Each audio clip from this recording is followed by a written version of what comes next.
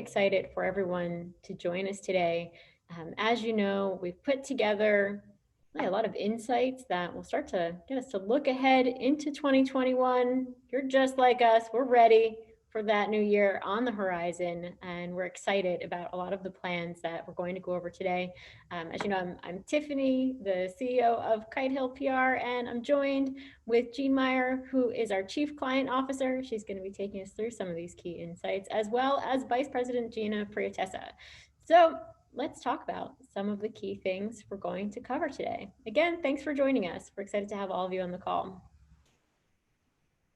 So what we're going to talk about first is some of the media, technology, and business headlines to watch.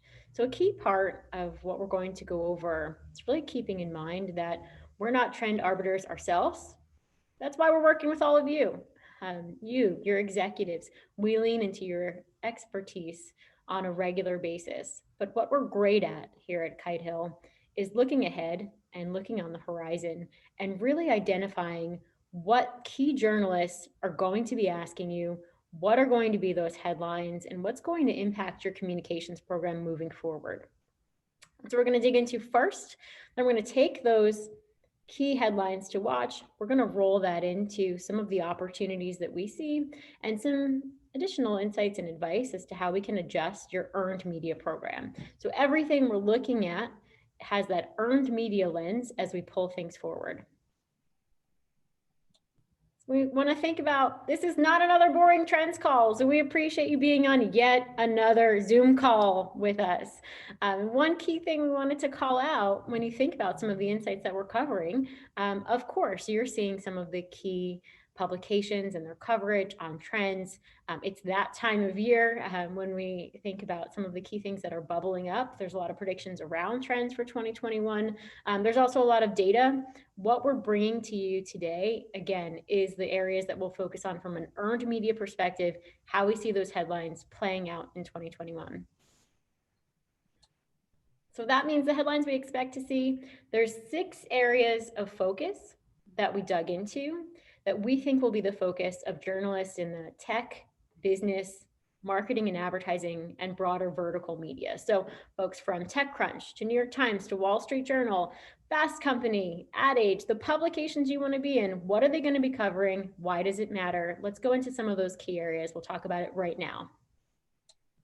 All right, so hi everyone, Jean Meyer, Chief Client Officer. This is, the fact that US consumer privacy takes off, that's a headline that we anticipate we could see in just about any of those publications. There'll be further regulation of big tech for this very reason, and also for antitrust. And we see that this will be a persistent drumbeat of coverage. We even believe that given the vice president and actually the new designated head of Health and Human Services are coming from California, where the CCPA basically governs consumer privacy across the nation. It is rumored that there may be a federal level agency set up around privacy. So we see that conversation continuing. Certainly, we've been talking about third-party cookies, or rather cookies going away and third-party data going away, but that doesn't mean that the conversation around privacy will diminish. If anything, regulation will get some teeth, and we'll see some real action there. The next slide really goes into something that's super related, which is that we will continue to see consumers being in the driver's seat. They've never been more firmly in that position. They wield the power. This has implications for B2B companies as well as B2C. That is because now things like the customer data platforms, which have been talked about in very theoretical terms for the last few years, this is when the rubber hits the road and those things really come into play with widespread adoption by all kinds of businesses, using CDP to get a single view of a customer journey. And what that really means for us as marketing professionals is it's going to be really important for all businesses to have a point of view on first-party data. It will be very important to own our data as businesses and make sure that we accumulate that first-party data in a way that respects privacy and continues to give us a lot of insight into who we're marketing to. The next one is really around, what we call the duopoly. We see that being shaken up a little bit, again, for the aforementioned regulation that is likely to come with big tech. But also we're going to see those two big platforms behave a little differently and getting into turf where they haven't been. Facebook's acquisition of customer success platform Customer with a K recently might be a hint that they're going to double down a little bit more into social commerce than they have been already. But we also believe that there'll be some shaking up about with the current duopoly, and we're going to see some new platforms emerge as having real dominance. It could be TikTok, it could be something we've never even heard of. But we do know that it will be important to watch this climate quickly, be prepared with a point of view, and understand ways to opportunities to explain the implications to our business constituents through earned media and thought leadership. Thanks so much, Jean. Jean just shared with us some headlines that we anticipate in the business and big tech community. And now we're going to switch gears and talk about some of the headlines we anticipate in the industry. So something that we're sure to see a lot of conversation around is how marketers measure their success in 2022. Because 2021 will be all about preparing for the changes that are going to take place in 2022 with the third-party cookies going away. And actually, we're hearing about more changes on the horizon even beyond 2022. So even more conversation for media to focus on and really diving into this topic. So what are we talking about? What do we really mean when we think about this particular trend? It's something that marketers are going to be paying close attention to in regard to their data. The first party data is certainly going to be a really, really big area of focus for marketers as they prepare for those third party cookie changes. And they're going to need a lot of insight and perspective on the new identity solutions that are out in the marketplace. They're going to need to create new attribution models. The way that campaigns have been measured in the past, a lot of those tactics and strategies, they're not going to apply in a world where all of this is moving so quickly. So that's certainly something that we anticipate the media covering quite a bit next year and likely beyond. For example, Nielsen just put out news this week that they're changing their measurement models to correlate more accurately to the way that consumers are viewing media. Maybe a bit late, but what can we do? So those changes are taking effect in 2024. So lots on the horizon and lots to cover on this topic. And then, also something else that media will be paying close attention to are new media categories. So for example, retail media is certainly, a really big category that's emerging. We're already seeing a lot of interest from media to cover developments in this space. So what do we mean by retail media? Well, we're talking about things like Amazon, of course, as a media platform, but Walgreens just released their ad network this week, and Target and Walmart certainly are players in this space as well. And there are so many new media properties emerging in this space, and something the media, the press is really interested to cover. Something else that we anticipate is, of course, social commerce just becoming a larger portion of the conversation. There have been a lot of consumer behavior trends that has shifted, pretty substantially into this category this year, and I think we can continue to see developments there next year, and something that media will be covering very closely. So how can we have a presentation about tech without talking about consolidation? Consolidation is certainly, a really big proponent of the tech community, of the advertising industry. We saw a lot of activity, especially in the second half of this year, specifically, on this topic. The NASDAQ has performed very, very well this year. In fact, this week is one of the biggest IPO weeks of the year, with many companies going public: Airbnb, DoorDash, Pubmatic, lots of players, and we can we can expect to continue to see this develop over the course of next year. Lots of opportunity on the horizon, and companies interested to partake in IPO activity, but also, of course, in continued consolidation within the industry. Lots of platforms coming together, creating new solutions.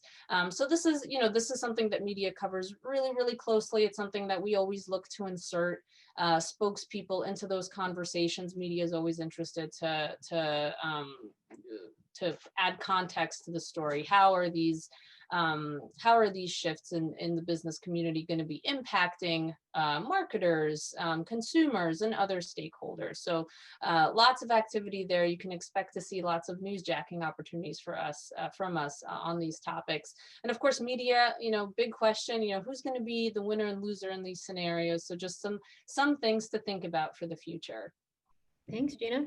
And the sixth area of coverage that we anticipate, this is something that has continued to bubble up and will continue to be important next year.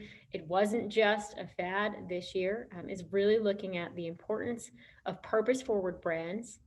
They're going to win. They're going to win hearts. They're going to win minds of your customers. They're also going to win budgets.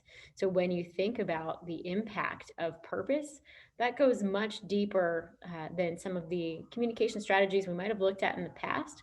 We really want to look at the focus that the pandemic has put on communications that have shifted from brand driven over to purpose driven. And what do I mean by brand driven versus purpose driven?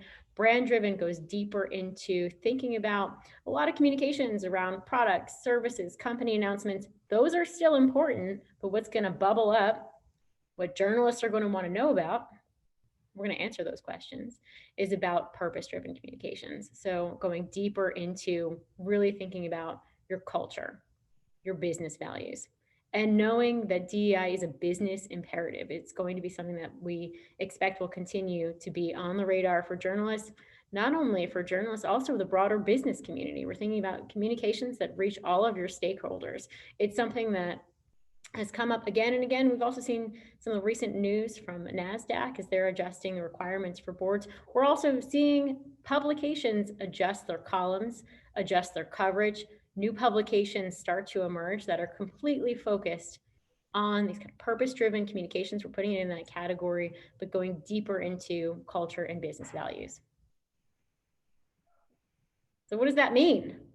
We looked into our crystal ball, if we had it. We gazed into it, we looked at, okay, this is the key areas, 6 key areas that journalists are going to ask us about. This is what's going to be on the horizon.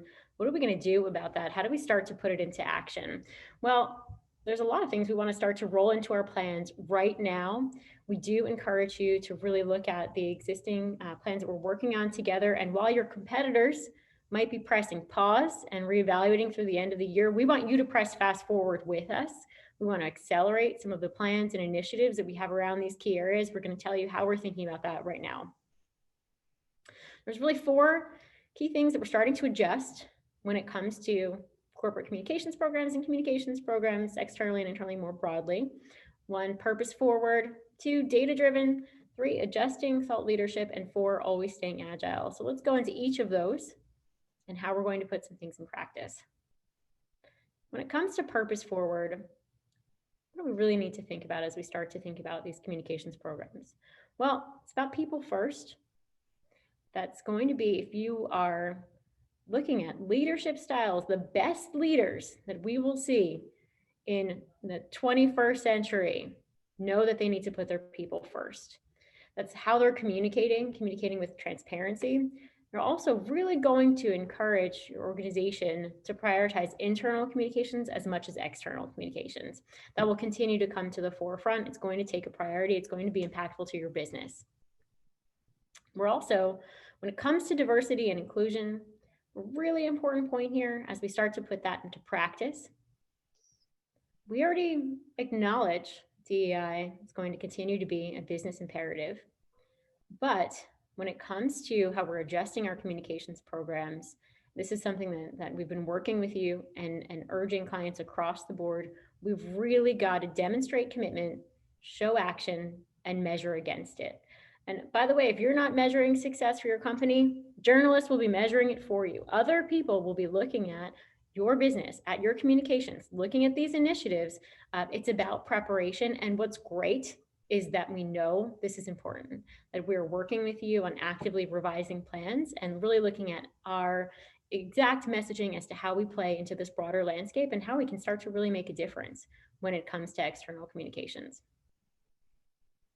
And I know for many of you, that has felt like a challenge to adjust communications programs and to focus on even this last point, how we pull that forward in the right way. But in every challenge, there's an opportunity. And the opportunity we see is to really lean into this style of communications and know that it will be a through line for all of our earned media coverage and pulling that through when we talk about company culture and the great initiatives that I know all of you have. That's work that we've been doing with all of you, and there's so much opportunity there to tell that story.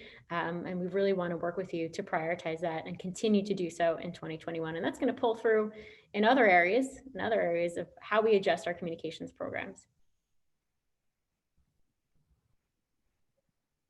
The next area we're going to cover is bringing data to the game. Journalists are absolutely starving for data to help them communicate and tell stories around what's happening in the business community. You can't tell a business story without data. And we see this working to great effect for companies who do have it and can use it well. The trick is to distill the data in ways that are going to be meaningful. You can't just bring the truckload full of numbers up to the door and make that and call it a day. It is really about distilling those insights in a way that will be meaningful and really tell the picture of what's happening in the world. We also know that it's really difficult to operationalize the use of data in your business. We got through this year very successfully helping companies do just that. Really putting a rhythm to how you accumulate data, distill it, and use it for marketing purposes, certainly with earned media being a big audience or a big use there. It is difficult, but it is not impossible, and it will be the ticket to success, we think, in the year ahead for sure. That can come in the form of data visualization and creating dashboards, but also just making sure you have a good windowing strategy for how you use that data to tell the story. Journalists like to get it first, and that's a good foundation to think about as you're figuring out what to do with the data that you accumulate. Also, it doesn't have to be, you don't have to give everything away. There are ways to, for many businesses to like work across their entire platform and surface trends that are being done in a way that it's anonymized and in aggregate so that you're not sort of showing data from one particular customer, but you can slice and dice the data in a way that will be useful to the business community.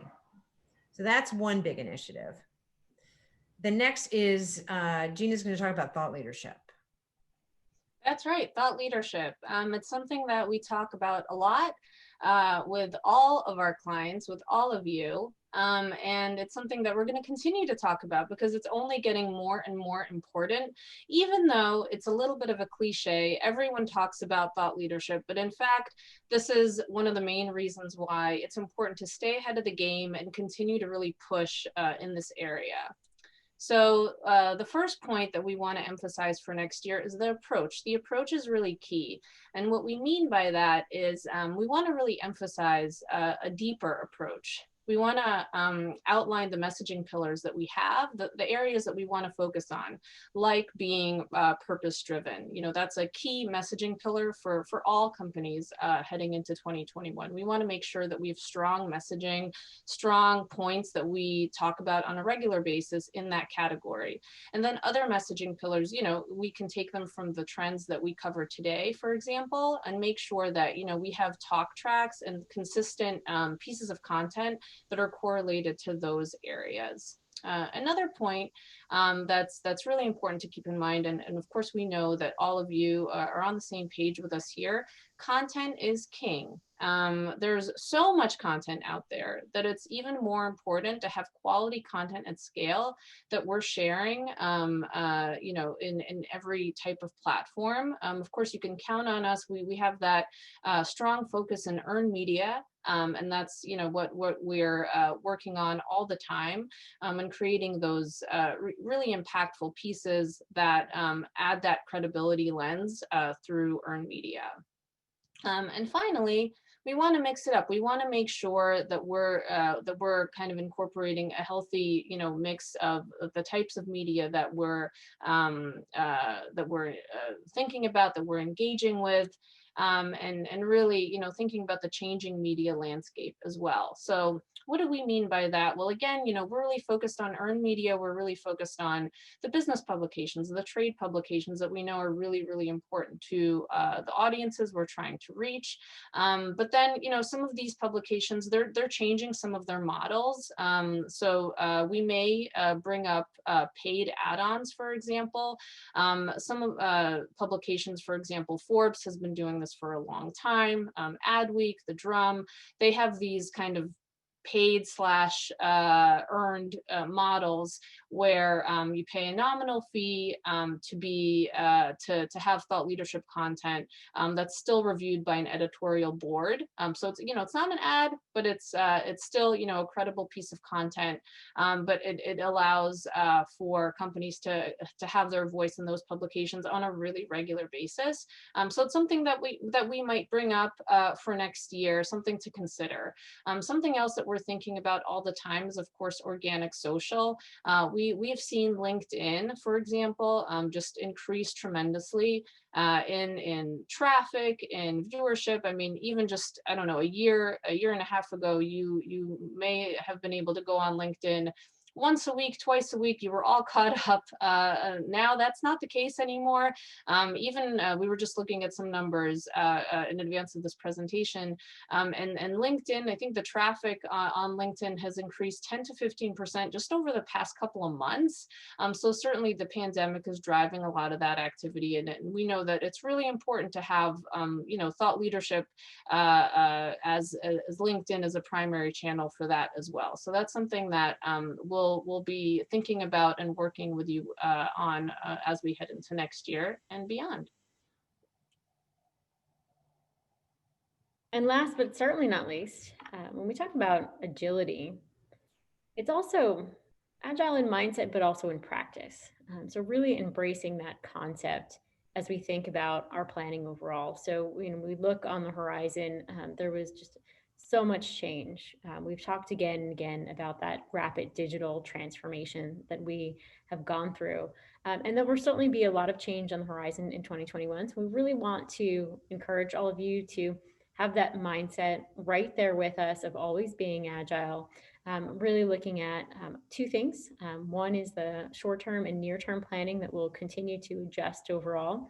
And that's something that you know, we certainly look at how we're running communications programs, how we're adjusting based on what's happening in the market, and looking at all the things we discussed today. That means that there could be changes to thought leadership, to some of our initiatives overall as we're working through them.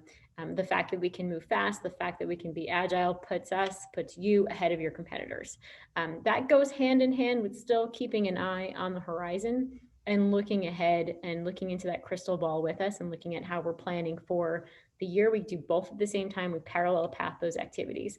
And that is something when we talk about an agile mindset and agile in practice. That's something that all of you know we do at Kite Hill. We have the PR sprint process that has taken the principles of agile development. We've lifted that, we've applied it to the PR industry in a completely unique way. We do that behind the scenes, we do that internally. We're also starting to offer training on agile and going behind the scenes of agile marketing and agile PR. So if you're interested, please let me know. We would love to talk to you about that. So we're excited to move forward and do this with you. We actually do have some very actionable items to leave you with here, which is really kind of a planning checklist for the year ahead. One is really just to don't be afraid to kind of really lean into what's happening in the next month or two. There's lots to unpack in the business climate ahead. They're all trends that are bubbling up now, things like privacy, things like this new administration bringing all kinds of sea change to the business climate. So planning against these now in the content you're going to be creating in the next couple of months, and the actions that your brand takes. This is also have in your back pocket those points of view that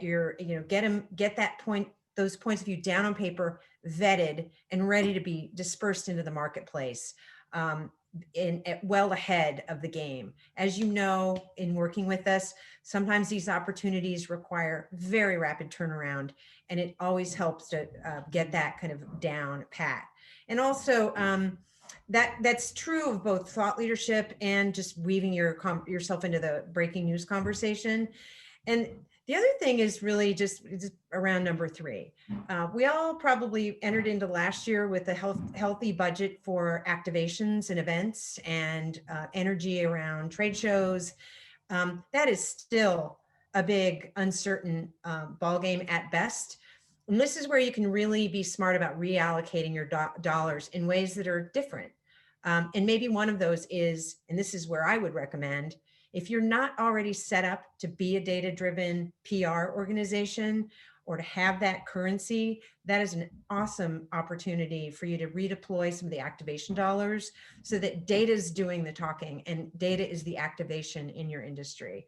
And so finally, the other is just, be prepared to deal with an uncertain climate, stay agile and nimble, waterfall planning and, quarterly, annual planning is great theoretically, but when you are dealing with a news cycle that is minute by minute and can change in a heartbeat, it is super important to stay super nimble, flat out, fail, try something on for size. If it doesn't work, get ready with another one. That's what agile is all about. We would love to help you further refine those strategies in the months ahead and bring, what we're hearing from the market to that process. Thank you so much.